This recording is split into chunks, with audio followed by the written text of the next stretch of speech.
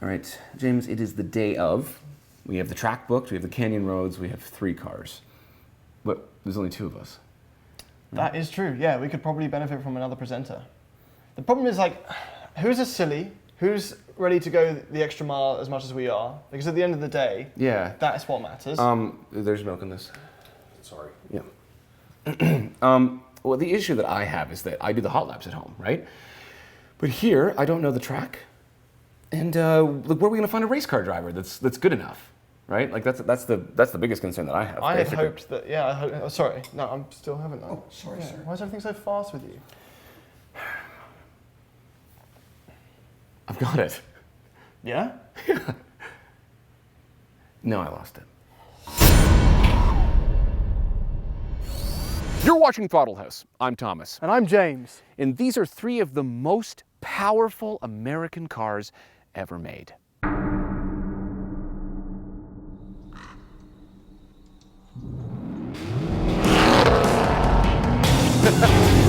This is the Shelby GT500. Oh my God. This is a fun day. Actually, one of the reasons this is a fun day is that we partnered with Omaze to give away one of these and $20,000. We'll talk about it more at the end, but right now, all you need to know is that you can enter by going to omaze.com/throttlehouse. And this is the Camaro ZL1 or ZL1 1LE with the 10-speed. And yes, these are very powerful cars, and these are foreign roads to myself and Thomas. I'm British, he's Canadian, we don't belong, our parents got scared, and alas, they said we need a chaperone. And that's me. I'm the babysitter. And I'm in the big, fat, old American car because I'm the big, fat, old American.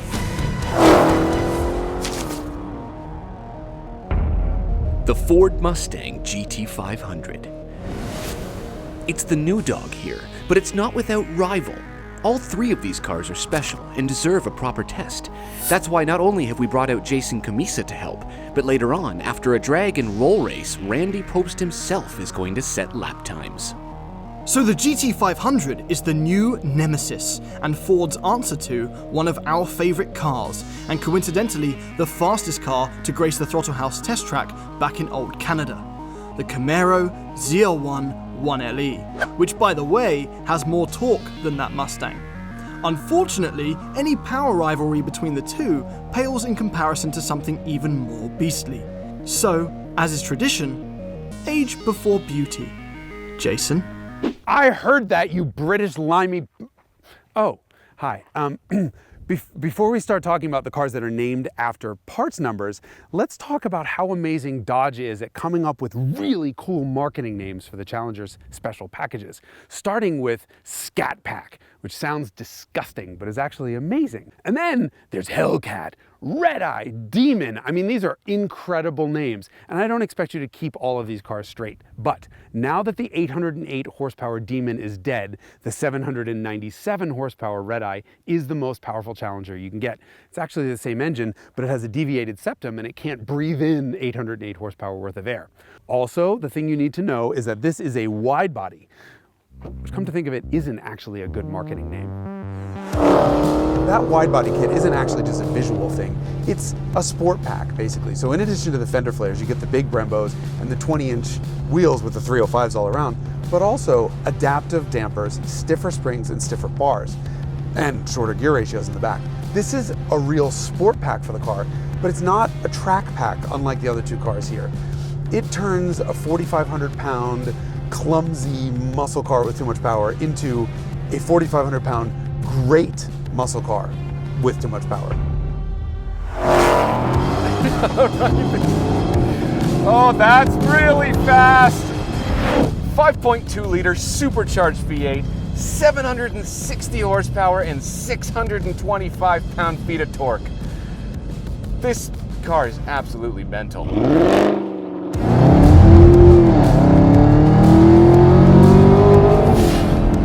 So yeah, these are all really powerful cars, and they're all supercharged V8s.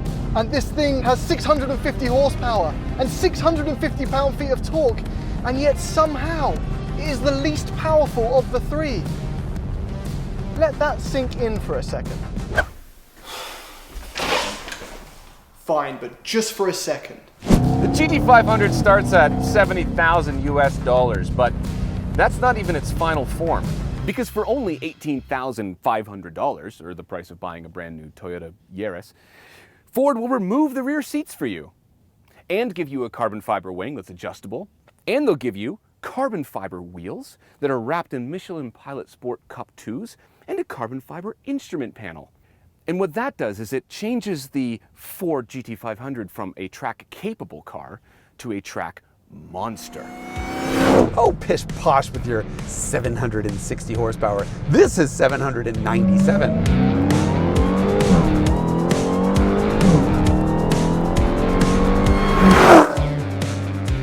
But I actually can't say anything bad about that Mustang GT500 because I just did a hugely fabulous, incredibly wonderful, detailed, amazing video on the GT500 for the ECME channel, and I really, really love that car. But there's something I really like about this Challenger too, and that's clarity of purpose. Both Ford and Chevy have invested millions in making what is effectively an oversized coupe actually drive like a sports car. Chrysler didn't bother. This thing is still a muscle car. But it's a muscle car with the most primal, ridiculous scream ever. Okay, so no, it doesn't buck like a Mustang, and it doesn't scream like a Red Eye, but this is the ZL1 1LE, and that means something.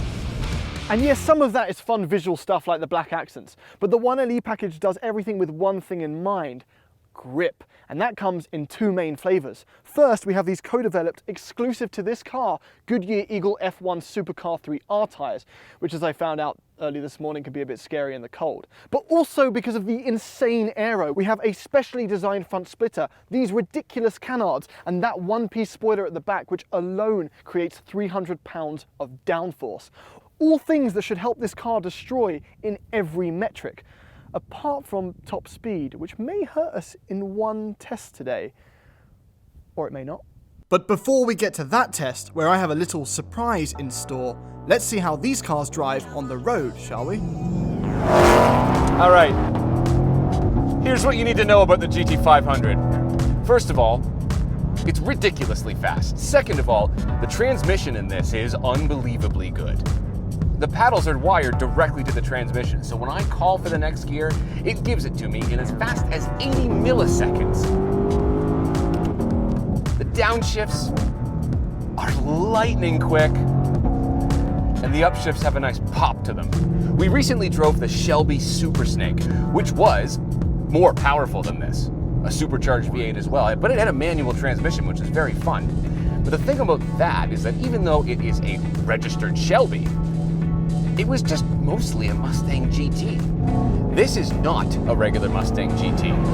Ford has messed with every conceivable part of this car to make something that even on a back road like this feels like an experience. Vibrations come through the steering wheel. The noises it makes are unbelievable. The chassis is stiff, but compliant. The damping is really good and it's adjustable. But my favorite part, by a long shot, is that while the steering in the regular Mustang GT leaves much to be desired, which is a fancy way of saying it's crap, this is amazing. Solid on center feel, nice vibrations coming through the road. In fact, the one thing that separated the Mustang from the Camaro always for me was the steering. And the news is good because the steering in this is as good or better than the Camaro. So on the road, the GT500 is all new and all good. But sometimes old is good too. Or maybe old is just old. It's easy to make fun of this car for being old because it's old. I mean, I own one. I technically have one. It's got a Mercedes badge on it, and it's a four-door, and it's got a Cosworth engine and dogleg, and it would fit in the trunk of this car. Yes, the car's DNA dates back all the way to the 1982 Mercedes 190E. But that means this car has gone through a continual evolution. And great things happen from continual evolutions. Porsche 911, this is a really nice car. Evolution for 2020, it gets electric power steering. And actually, it's very good electric power steering. This one is a 2019, which is a one-year only car with hydraulic power steering. and so much is coming through the steering that if you're used to driving modern cars, you might actually think something's broken. It's got 305s all around and it tram lines all over the place. I kind of love it.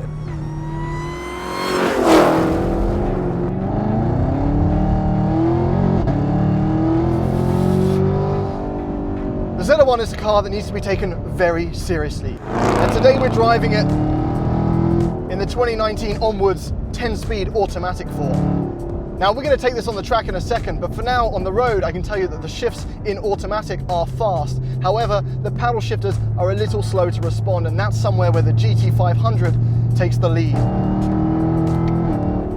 It's just that split second of delay. Chevrolet have made a full-blown sports car. And in doing so, they've given it ridiculous tyres that tramline everywhere on the road. The visibility is awful. The chassis is so tight and the damping is so stiff that even driving this on the highway, I found myself aggressively confirming things. It was just the whole way.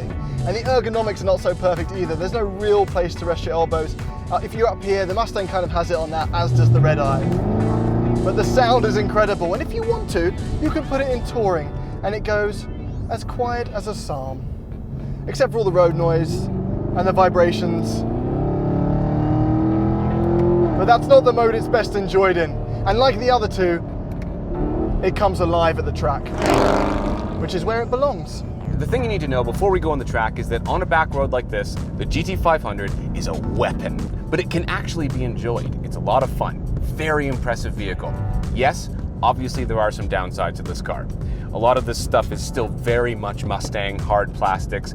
The turning radius is abysmal. The fuel economy is unacceptably bad. But who cares, really? It's all about that engine. It's all about the noise. It's all about the experience. Can we talk about the styling? Yeah, because I think these are really great. All three of them, great looking cars. These share philosophy though, like in terms of styling, I think. I mean, this one, with the carbon fiber hood and the canards, this is the meanest one here. For sure, yeah, by this. It is hard to look mean when you're wearing lipstick. Lipstick. Who wears yellow lipstick? It's not lipstick. It was a phase. These things happen. Oh. You're supposed to take that off, you know that, right? Hold on, wait. No. Same rules as those mattress labels that say if anyone cuts it off who's not the end user consumer, everybody goes to jail. I am not the owner of this car. I'm not allowed to touch it. And by the way, you know that the yellow is turning into pink in celebration of breast cancer awareness. That's so nice of them. Isn't it? Oh, wow. Isn't it? I have hood pins.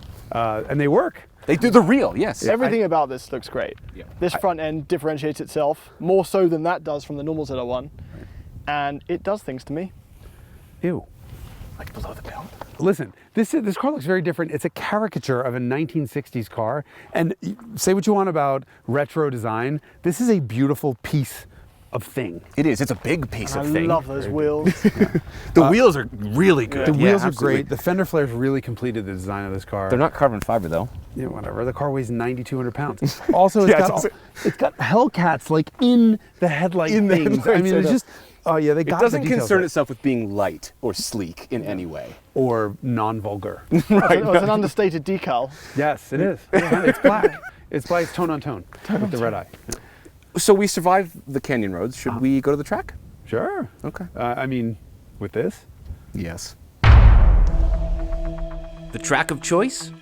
Willow Springs International Raceway. A fast, aggressive track which we will explore in a minute. But first, let's have a drag race. Okay, drag strip mode. Traction controls off.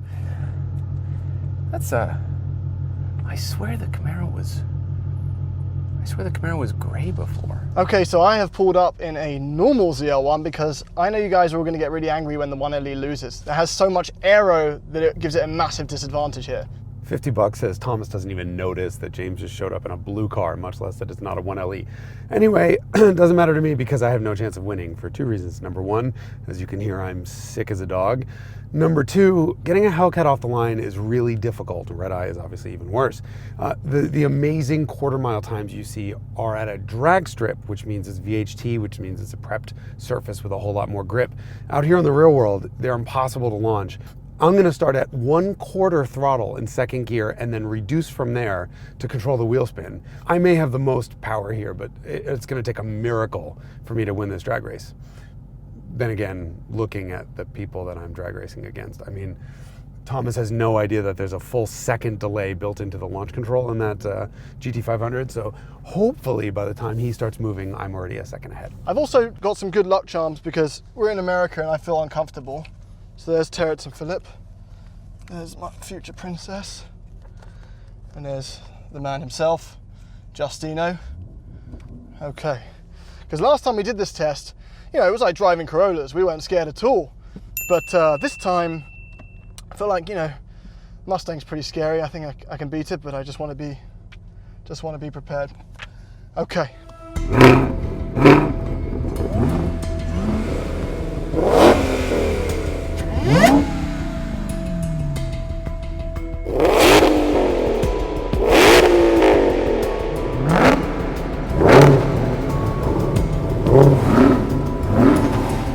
All right, here we go. Let's do this. Here we go.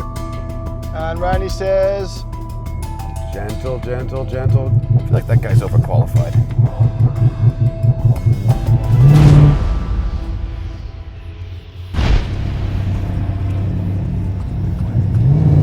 Oh, the delay.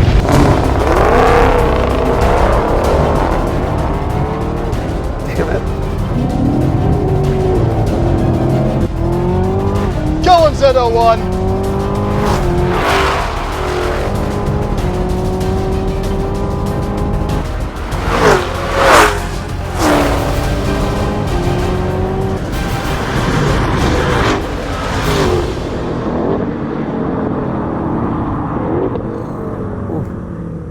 Told you I was gonna lose. All right, we're gonna go do a roll race. This kind of matches up with Car and Driver's results. They found that the ZL1 non-1LE was within 1/10 of this time in the quarter mile. So, I mean, when it comes down to reality and the delay in the launch control, kind of makes sense. For the next test, we rounded the last corner at 50 miles per hour, lined up side by side, and looked for Randy's signal.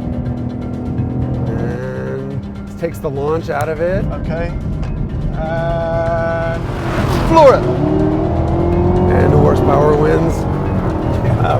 Bye, guys. Come on! Come on, ZL1. No! No! Megan! Terrence! Justin! Help! And that's a clean win for the Red Eye. Bollocks! Red Eye takes the roll on. We don't need them. None of us need them. We don't need them. We don't need them. Shut your face, Uncle. Yeah? What's up? Oh, sweet bald-headed baby Jesus, that's fast. Woo! The steering is as good as the 1LE out here, especially at the limit, and that's high praise. It's not as heavy as that hydraulic rack in that Red Eye, but it's really good. The GT500 feels like it belongs out here. In every other environment, it feels like a caged lion. This is every bit the monster the 1LE is, but with more compliance. The brakes are incredible. Oh my God, the speed on the straights. Usually I talk more, but I was captivated by the GT500. It's a riot to drive and perfectly balanced at the limit, and the 7-speed dual clutch is violently fast in a straight line, but then seamless in the corner so it doesn't upset the balance of the car. I was blown away. In fact, I could have lapped all day, but Jason kicked me off the track so we could have free run in the Red Eye. You ever brought your mom to a strip club? Because that's what this thing feels like on a racetrack. I mean, it actually does the deed. It's really fast, it's got a lot of grip, but you get the feeling it just doesn't want to be here. Christ! Come on. Ooh, she a big girl.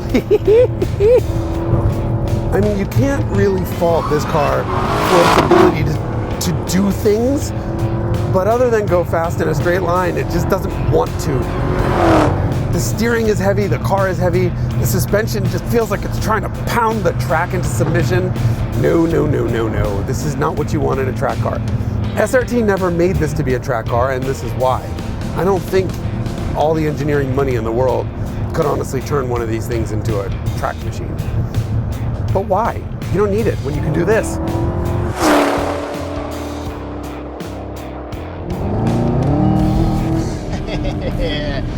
Yes, ZL1 beats a Mustang from a dig, but not in 1LE form, because in 1LE form we have DSS V dampers which are fixed, not like the magnetic ride in the normal ZL1. The top speed of this suffers, but on a track it's a monster, and my complaints about ride quality on the road fade away because the tautness results in a confidence. This chassis is unbelievable.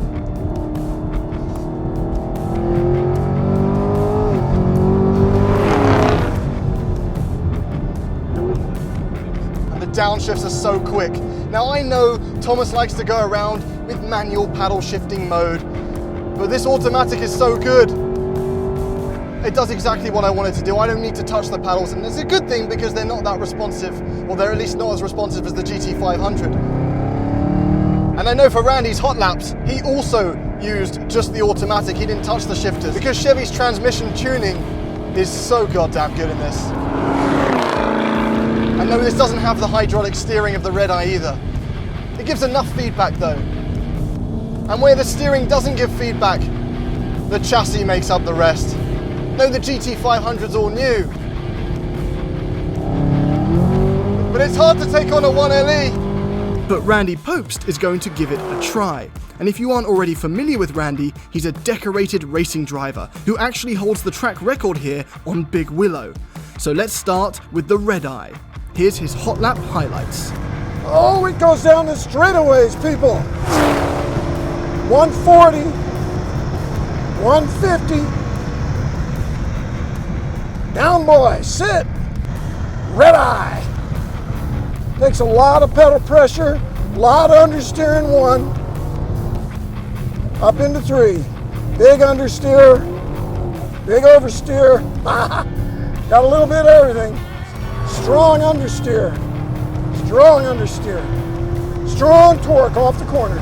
These Pirelli P0s are no match for the tracky tires on the other competitors. Woo! We come off the corner though. Hellcat likes those straightaways. Power! Supercharged Hemi. Get it, baby. Here we go. 130. 140. It's happening that fast, people. 150. Boom! Hot lap. With the Red Eye hot laps done, it's Camaro time.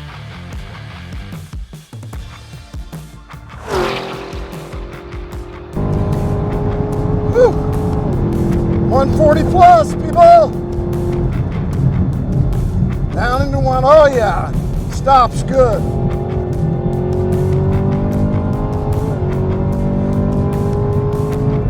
Got the grip. Got the brakes. Smart transmission. It's the automatic, but boy, it knows what to do.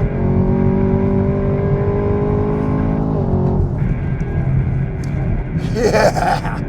Point that baby down in there. Yeah. Over the hill. 115 on the exit. That's a good number.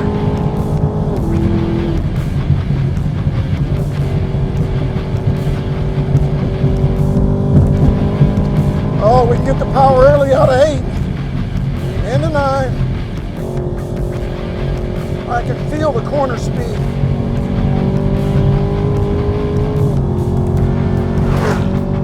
Oh yeah. 1LE, baby. This Camaro chassis is alpha platform in the 1LE. Oh. Camaro people do a good job on handling. Finally, Randy grabbed the GT500. This is the carbon package. It's got Michelin Sport Cup 2s on it. They're not terribly fresh. Almost every tire will give you the best lap when it is brand new, with nothing but a warm-up lap on it. Oh! Dogs! Oh my God, this thing is fast. Nice turn in rotation. The Shelby would be proud. Down boy, sit. Down boy, sit. In hot.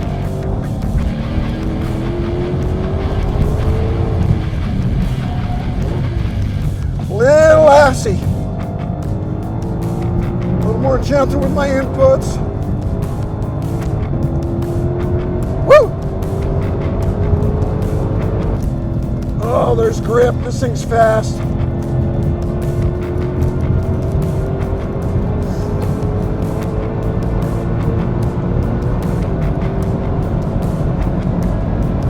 Woo! Oh my Lord, it definitely feels like 100 more horsepower than the Camaro. They're not exaggerating that number. Woo! That carbon package with the carbon fiber wheels, you can feel that in the handling. Makes the car turn better. Phew, I hate to pull over. Okay, before we show the lap times, know that yes, we did actually have Randy do those hot laps back first thing in the morning, so all the tires were as fresh as possible. So here are the times. The 1LE wins. We had suspected from the beginning of the day that the track was a bit slow overall, but most importantly, we had to ask Randy how the GT500 lost. Also, Jason's illness finally got the best of him, so he needed a bit of rest. He's probably allergic to Canadians. Okay, Randy, why did the GT500 lose? The Mustang arrived on tires that were well cooked, and the Camaro is too good to be given that kind of a tire advantage. Okay, so if the GT500 arrived on fresh Cup 2s, would it win? Oh yeah, I mean it's 10 miles an hour faster on every long straight. Okay. All right, before we decide which one we want, I just want to hear a word about the Red Eye, Jason. Okay. I've seen him look better, I'll be honest. Go on then. Which one would you take? Go. I would take the GT500, knowing that that is almost $20,000 US cheaper. Like that's so close. You'd still take this though? It has a smoother engine and a smoother ride, and that really in 1LE form only belongs on the track. Like I really struggled with that on the road for the last few days. Okay. I would also take the GT500. I just think it's the better overall package. They knocked it out of the park. It's a fantastic car. Beautiful. No, it's an absolute win. Randy, which one would you take? I'm a longtime fan of the Camaro and the Alpha platform, and I'm cheap. What a value. I'd go Camaro. Okay. Jason, which one would you take? Call a doctor. Okay.